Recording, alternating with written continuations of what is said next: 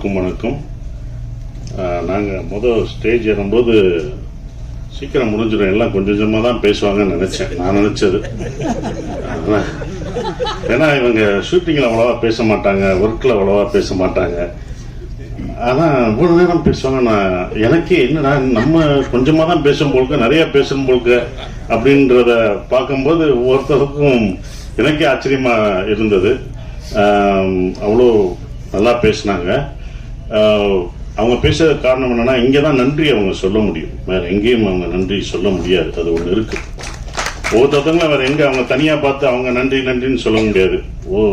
அந்த நன்றி மறக்காம இருக்கணும் அப்படின்றதுக்காக தான் இங்கே ஒவ்வொருத்தவங்க அந்த நன்றியை தெரிவிச்சுக்கிறாங்க. அப்படிதான் நம்ம பார்க்கணும். அந்த நன்றி வெற்றி பெற்ற பிறகும் அந்த நன்றியை நீ உன் தயாரிப்பாளருக்கு காமிக்கணும்னு நான் அந்த டைரக்டருக்கு நான் ஒரு அட்வைஸாக அதை சொல்லிக்கிறேன். அதுதான் நன்றி. நீ அது முடிஞ்ச பிறகு நீ என்ன நன்றி செலுத்துறியோ அதுதான். எல்லாம் படத்தை பற்றி சொன்னாங்க, இப்படி வரும் அப்படி வரும்ன்ற ஒரு விஷயம் சொன்னாங்க. நல்லா இருக்கு. அதெல்லாம் நம்பிக்கை தான், எல்லாருக்கும் இருக்கிற நம்பிக்கையில் தான் அவங்களும் அந்த நம்பிக்கையில், ப்ரொடியூசர் அந்த நம்பிக்கையை வச்சுருந்தாரு. அந்த நம்பிக்கை நிறைவேற்றிய டைரக்டருக்கு அவ்வளோ வாழ்த்து சொல்லும்போது இன்னும் சந்தோஷமாக இருக்குது. என்ன நினச்சி ஒரு ப்ரொடியூசர் தான் ஒரு படத்தை பார்த்துட்டு இது நல்லா இருக்கு எனக்கு திருப்தின்னு சொல்லணும். அது ஒரு 100% சொன்னது எனக்கு சந்தோஷமாக இருக்குது. இருந்தாலும் நல்லா எழுதிட்டோம் அப்படின்னு ஒன்று இருக்கும்ல, நல்லா எழுதிருக்கோம்டா சப்ஜெக்ட், ஆனால் என்ன ரிசல்ட் வருதுன்னு ஒரு பயம் இருக்கும். அந்த பயத்தோடு இருக்கிற மாணவனா மே 1 அந்த ரிசல்ட்டுக்காக மக்களும் நீங்களும் கொடுக்க போகிற அந்த ரிசல்ட்டுக்காக காத்துக்கிட்டு இருக்கோம். அதுதான் நான் காத்துட்ருக்கேன். ஏன்னா எங்கள் படத்தை பற்றி நீங்கள் தான் பேசணும். நாங்கள் இங்கே படம் இப்படி பண்ணிட்டோம் அப்படின்னு சொல்கிறத விட நீங்கள் நல்லா இருக்கும், நீங்கள் தான் எல்லாருமே சொல்லணும். மக்களும் ப்ரெஸ் எல்லாமே நீங்கள் சொல்லணும். எனக்கு இந்த படம் அவர் சொன்னார் ஃபுல்லாக அபி 24 வயசு பையன் சொல்லும்போது இங்கே வயசு முக்கியம் இல்லை, நல்ல கதை நல்ல விஷயம்தான் முக்கியம். அதை யுவராஜ் அந்த டீம் பார்க்கல. ஏன்னா அவங்க ஒரு ப்ரொடக்ஷன் ஃபஸ்ட்டு என்கிட்ட சொல்லும்போது 2 நண்பர்கள், அந்த 2 பேரும் நண்பர்கள், அற்புதமான நண்பர்கள்.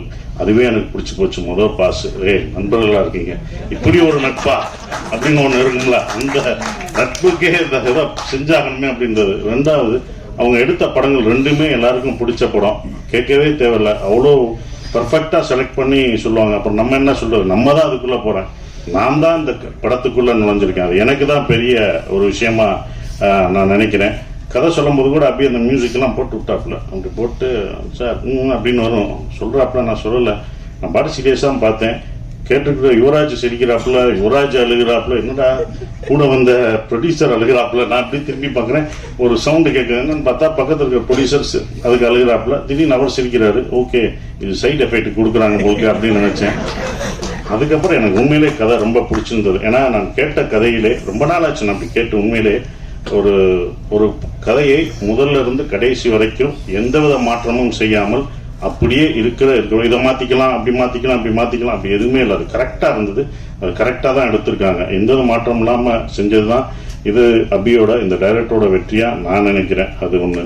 அப்புறம் ஏன் அவர் சொன்னார், சார் ஏன் சார் நான் அவ்வளோ சொன்னேன் நல்லா பேசின பிறகு நீங்கள் ஒரு தடவை கூட சிரிக்கிற, கேட்டா உன்னை டிஸ்டர்ப் பண்ணா, நீங்கள் ஒரு காமெடி படம் பண்ணுற, காமெடி சொல்கிறேன்னா உள்ளுக்குள்ளேயே சிரிச்சுக்குவேன், உள்ளுக்குள்ளேயே ஆடுவேன், எல்லாமே உள்ள இன்னர் இது ஆடுவார், ஆனால் வெளியில் இல்லை, உன்னை டிஸ்டர்ப் ஆகிடுவேன், நான் சிரிச்சு அதனால் அடுத்த லைனுக்கு போகக்கூடாது அப்படின்னு சொன்னோம். அதுக்கப்புறம் தான் சிம்ரன் மேடம் இந்த படத்துக்கு அப்போ சொல்லும் போது எனக்கு இல்லை, சிம்ரன் மேடம் நடிக்கிறாங்க அப்படின்னா, சார் சிம்ரன் மேடம் கதை சொல்ல போகிறேன், இப்படி என்ன சொல்லுங்க, தான் எனக்கு ஒன்று போடுவேன், மியூசிக்கை போட்டு அப்படி இப்படி நடிச்சு காமிப்பேன், அதை அவங்களுக்கு பண்ண அவங்களுக்கு பிடிச்சிடும். அப்படியா சார், கண்டிப்பாக பிடிக்கும்டா அப்படின்னு அடுத்து அவங்க ஓகே பண்ணிட்டாங்க. அவங்க ஏன் ஓகே பண்ணால் அந்த கதை அவங்களும் இதில் வந்தது எல்லாம் கேட்டது. சிம்ரன் நீங்கள்மா எப்படி ஏன்ப்பா நாங்கள் நடிக்கக்கூடாதாப்பா சிம்ரன் மேடத்தோட? இது இல்லைங்க, நீங்கள் கிராமம்னா கிராமத்திலே எப்படி விவசாயம் பார்த்துட்டு இருக்கோம்னா ஏன் அங்கே நடிக்கக்கூடாதா, எங்களுக்கு சிம்ரன் கிடைக்கக்கூடாதா? இது என்ன எல்லாருடைய ஏக்கம் தான்ப்பா, அது எல்லாரும் இது பண்ணுறதுனால அதனால எங்களுக்கு கிடைக்கக்கூடாதா? என்ன எப்படி எப்படி எப்படின்னா உங்களுக்கு என்னப்பா, அது அப்படிதான் கதை பாருங்க அப்படின்னா. அப்படிதான் சிம்ரன் மேடத்தை எல்லாம் கேட்குற கேள்வி. படம் பார்க்கும்போது உங்களுக்கு தெரிஞ்சிடும் எதுக்கு சிம்ரன் மேடம் இந்த படத்தில் எல்லாருக்கும் பிடிச்சவங்க சிம்ரன். அது கண்டிப்பாக இந்த படத்தில் அந்த குடும்பமாக உங்களுக்கு என்னையும் சிம்ரன் என் குழந்தைங்க பசங்க எல்லாத்தையும் அவங்களுக்கு அது பிடிக்கும். அவங்க அவ்வளோ பெர்ஃபார்ம் பண்ணுவாங்க. அவங்கள அதாவது என்னன்னா அவங்கள எனக்கு இன்னொன்று அவங்கள பாராட்ட வேண்டியதுலாம் இப்போ வரைக்கும் அவங்க ஹீரோயினாக நடிக்கலாம். இந்த படத்துலையும் அவங்க ஹீரோயின் தான், நான் ஹீரோ அவங்க ஹீரோயின். ஸோ அவங்க எப்பவும் ஹீரோயினாக நடிக்கலாம். ஸோ அது ரொம்ப அற்புதமாக பெர்ஃபார்ம் பண்ணாங்க. அவங்கள வந்து எல்லாருமே வரும்போது சிம்ரன் மேடம் கொஞ்சம் பயந்தாப்புல டைரக்டர் சிம்ரன் மேடம் இருக்காங்க, இவங்க இருக்காங்க அப்படின்னு நிறைய பயப்படுவார். ஸோ அதெல்லாம் தவிர்த்துட்டு பாஸ்கர் சார் இப்படி போய் பேசி இப்படி பண்ணு எல்லாம் சரியாயிடும் அப்படின்னு சொல்லி அப்படி தான் பண்ணது. இந்த கதை ஏன் எனக்கு ரொம்ப பிடிச்சிருந்த ஒரு விஷயம் அப்படின்னா, இது வந்து ஈழத்தமிழன் பேசுகிற ஒரு இது. நான் வந்து பேசுகிறது வந்து ஸ்ரீலங்கன் தமிழ், ஈழத்து தமிழ் பேசுகிற ஒரு குடும்பம் இங்கே வந்து எப்படி சர்வே ஆகிறாங்க அப்படின்றது.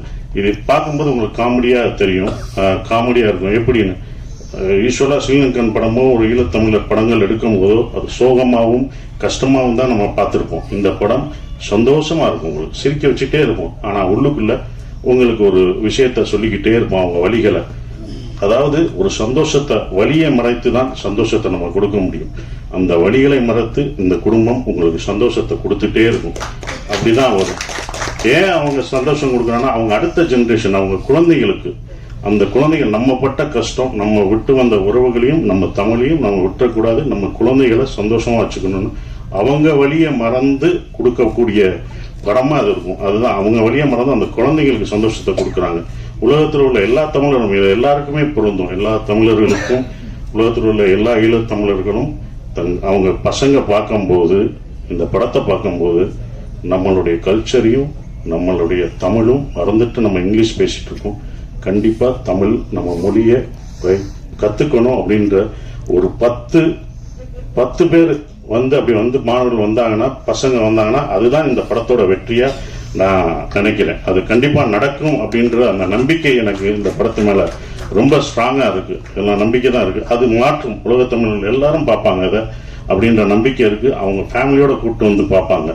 இங்க உள்ள மக்களும் அவ்வளோ எல்லாத்தையும் கலெக்ட் பண்ணுவாங்க. ஏன்னா இங்க இருந்து போய் அங்க கஷ்டப்படுற, அங்க வழியா வாழ்ந்துட்டு இருக்கவங்களுக்கும் இந்த படம் ஒரு நல்ல உங்களை சிரிக்க வச்சுட்டே தான் சொல்லுவாங்க. எங்கேயுமே அவர் வந்து இது பண்ண மாட்டார், பட் ஃபீல் குட் மூவியா கண்டிப்பா இருக்கும். அவர் சொன்னார் எப்படி இந்த படத்தை இது பண்ணேன்னு கேட்கும்போது அவருக்கு இன்ஸ்பயர் ஆனது தெனாலி படம். அதை அவர் சொல்ல மறந்துட்டாரு. தெனாலி படத்தை நான் இன்ஸ்பயர் பண்ணி தான் சார் இதை நான் எடுத்தேன். இந்த படம் பார்க்கும்போது உங்களுக்கு தெனாலி மொழி படங்களை ஞாபகப்படுத்தும் நம்புறேன் நான். அது கண்டிப்பா இருக்கும். அப்படிப்பட்ட ஒரு படம் இந்த டூரிஸ்ட் ஃபேமிலி இருக்கும் அப்படின்றது. இந்த படத்துல மலையாளத்துல இருந்து வந்திருக்காரு. அந்த மலையாள இதெல்லாம் மறந்து அழகா என் மகனா சூப்பரா பண்ணாரு. நான் உங்க கதை சொல்லும் போதே சொன்னேன், இதுல யாரும் நடிக்க மாட்டாங்க, எந்த ஹீரோ நீ போயிட்டு வா, எங்க சுத்தி வந்தாலும் என்கிட்ட தான் வர முடியும். ஏன்னா இவ்வளவு பெரிய பையனா யாரும் எந்த ஹீரோ நடிக்க மாட்டாங்கன்னு நான் நினைச்சேன். சில ஹீரோக்கள் நடிப்பாங்க, சிலர் நடிக்க மாட்டாங்க. அதுதான் அப்படி இது எனக்கு தான் இந்த கதை ஒழுக்கும் அப்படின்னு நினைச்சேன். அப்படி வந்து மிதுன் சூப்பரா நடிச்சான். பெரிய டைலாக், நானும் அவனும் பேசுற ஒரு சீனு, அதுல வந்து ரொம்ப அற்புதமா, நான் எதிர்பார்க்கவே இல்லை இன்னைக்கு இவ்வளவு சீன் இருக்கு, என்னோட டைலாக் இருக்கு, எப்படி பேசுவார் அப்படின்னு நினைச்சேன். ஆனா அற்புதமா பேசி இது பண்ணிட்டாப்ல. படம் பார்க்கும்போது உங்களுக்கு தெரியும். இந்த படத்துல யோகி பாபு சாரு எல்லாமே இருக்காங்க, பெரிய ஆர்டிஸ்ட்லாம் இதுல இருக்காங்க. யோகி பாபு இருக்காரு, நான் இருக்கேன். எல்லாமே இருந்தாலுமே அந்த குட்டி பையன் முள்ளியா நடிக்கிறான். அவன் தான் இந்த படத்துல காமெடியனே. உங்களை சிரிக்க வைக்கப்படுறது அந்த பையன் தான். நாங்கெல்லாம் காமெடியன், நாங்கெல்லாம் கேரக்டர் ஆர்டிஸ்ட், அவன் தான் காமெடியனா இருப்பான். அது இது பண்ண மாட்டோம். அது கண்டிப்பா அவங்க நிச்சயம் கொடுக்கும். அப்புறம் மியூசிக் ஷான் ரோல்டன், அது அவரோட நம்ம ஒரு படத்துல நம்ம பாட கேட்டுக்கிட்டே இருந்தோம், அவர் பிடிக்க முடியல. அது ஒரு படம், ஒரு பாட வருவாரு, நான் ரொம்ப பிஸியா இருந்தார், பாட முடியாதுனாங்க.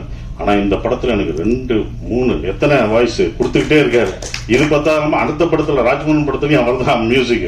வா வா நீ அப்ப விட்டல, இப்ப நான் பிடிச்சிட்டேன் பாரு அப்படின்ற மாதிரி தான் இருந்தது.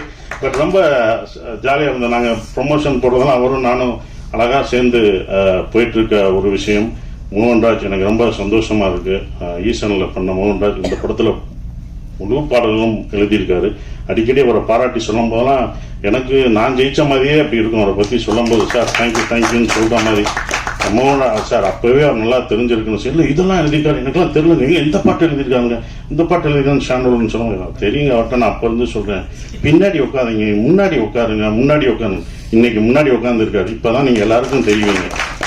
இந்த முன்னுக்கு வர்றதுக்கு தான் இத்தனை வருஷம் நம்ம எழுதுறதுல யார் எழுதுன்னு தெரியாது, உங்க முகம் தெரியும். இப்போ உள்ள கவிஞர்கள்லாம் ஒரு பாட்டு எழுதிட்டு முகத்தை அப்படியே காமிச்சுக்கிறாங்க, ஆடுறாங்க. அதனால தான் இந்த படத்தில் ஆட விட்டுருக்கோம். அவரை வாங்க ஆடு, அப்படியே இருட்டுக்குள்ள போறாரு.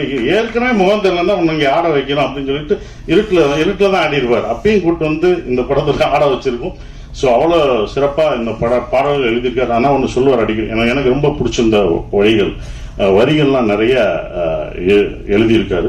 அந்த வரிகள் எனக்கு ரொம்ப பிடிச்சிருக்கு. சந்தோஷமா நீங்க கேட்கும்போது ரொம்ப ஃபாஸ்ட் பீட்டா இருக்கும், ஆனா உள்ளுக்குள்ள எப்படி வலிகள், சந்தோஷமான பீட்டை கேட்டாலும் வலிகள் இருக்கும். அப்படிதான் இந்த படம் இருக்கும். சந்தோஷமா இருப்பீங்க, உள்ள அவங்களோட கஷ்டங்கள் சந்தோஷமான இந்த ஹாப்பி டேஸ்னுவாங்கல்ல, ஹாப்பி லைஃப், அந்த மாதிரி லைஃப் இஸ் பியூட்டிஃபுல், அன்பை போதிக்க போது இந்த படம்.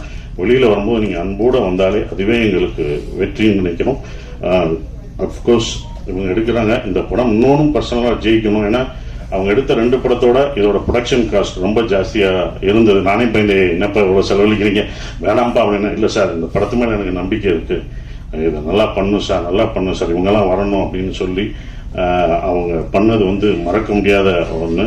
அவங்களுடைய நம்பிக்கைக்கு இந்த படம் வெற்றி பெற்று அவங்களுக்கு என்ன செலவழிச்சாலும் அந்த காசு கொடுத்துட்டாலே எனக்கு ரொம்ப ஒரு ப்ரொடியூசரா நான் சந்தோஷப்படுவேன். அது வரணும், அப்பதான் அது நல்லா இருக்கும்னு நான் நினைக்கிறேன். மற்றபடி இதை நீங்கள் தியேட்டரில் May 1 படம் ரிலீஸ் ஆகுது, நீங்கள் பாருங்கள். நானும் உங்களோட சேர்ந்து அதை ரசித்து பார்க்குறேன். மறந்துடாதீங்க, நீங்கள் தான் உங்களோட ஆதரவை தரணும். May 1 மறந்தாமல் பாருங்கள். தேங்க்யூ.